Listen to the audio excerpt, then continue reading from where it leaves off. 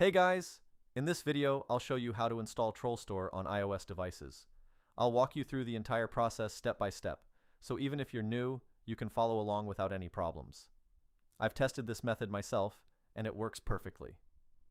Before installing the modded app or game, you need to complete the following steps. First, open your device's settings and go into the General section.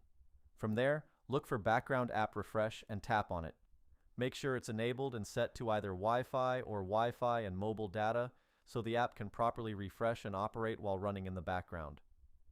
After confirming that, head back to the main settings menu and find Battery. Open it and check whether low power mode is enabled. If it is, turn it off, as this setting can restrict background activity and interfere with how the app works. Once both of these options are set correctly, you're ready to move on to the next step. Now open your preferred browser and navigate to modfio.com. This website is known for offering a wide range of modded apps, games, and free codes. When the page loads, use the search function to look for TrollStore. Select it from the search results, and you'll be taken to a page with more information.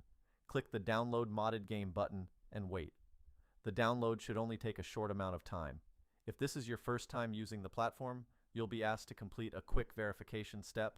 You'll be redirected to a separate page where you need to install a few free apps from the App Store or Play Store. A step-by-step guide is shown on the screen, making the process very easy to follow.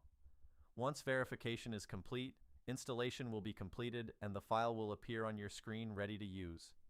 That's everything you need to know. Thanks for staying until the end of the video.